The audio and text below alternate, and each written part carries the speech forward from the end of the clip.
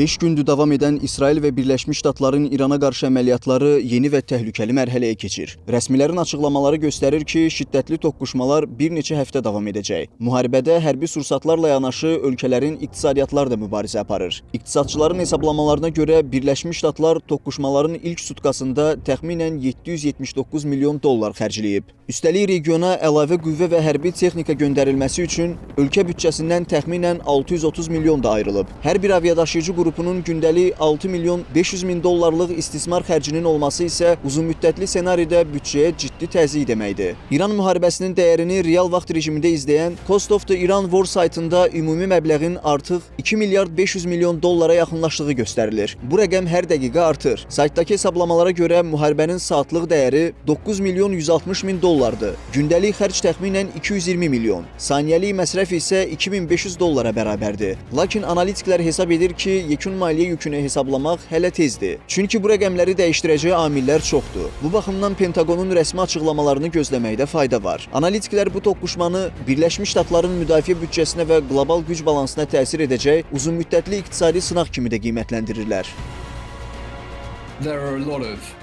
Fikrimcə, bu münaqişə böyük maliyyə resursları tələb etdiyi üçün Birləşmiş Ştatların müdafiə xərclərinin artmasına və büdcə prioritetlərinin yenidən formalaşmasına səbəb ola bilər. Uzunmüddətli hərbi əməliyyatlar həm silah istehsalına, həm də logistika və canlı qüvvə xərclərini yüksəldir ki, bu da federal büdcəyə əlavə təzyiq yaradır. Eyni zamanda Yaxın Şərqdə gərginliyin artması enerji bazarlarında dalğalama yaradaraq qlobal iqtisadi sabitliyə təsir göstərir. Birləşmiş Ştatlar müttəfiqlərinə hərbi və maliyyə dəstəyi artırarsa, bu da ümumi xərclərin daha da çoxalması deməkdir. Bundan başqa, rəqib güclər, xüsusilə Çin və Rusiya yaranan vəziyyətdən geosiyasi üstünlük qazanmaq üçün istifadə edə bilərlər. Bu baxımdan müharibə yalnız hərbi deyil, həm iqtisadi, həm də strateji baxımından Vaşinqton üçün uzunmüddətli sınaq hesab olunur.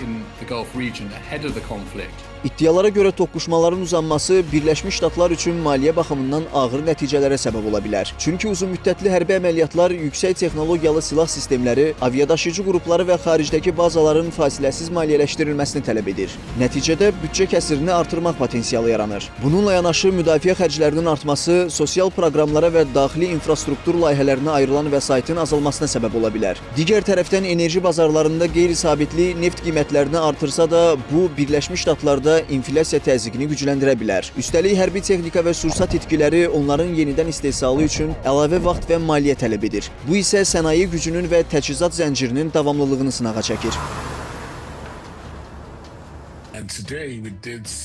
Görürük ki, müharibə Birləşmiş Ştatlar üçün sadəcə hərbi xərclər demək deyil. Hər itirilən raket və texnika büdcədə görünməyən çatlar yaradır. Uzunmüddətli əməliyyatlar silah və logistika xərclərini artıra bilər.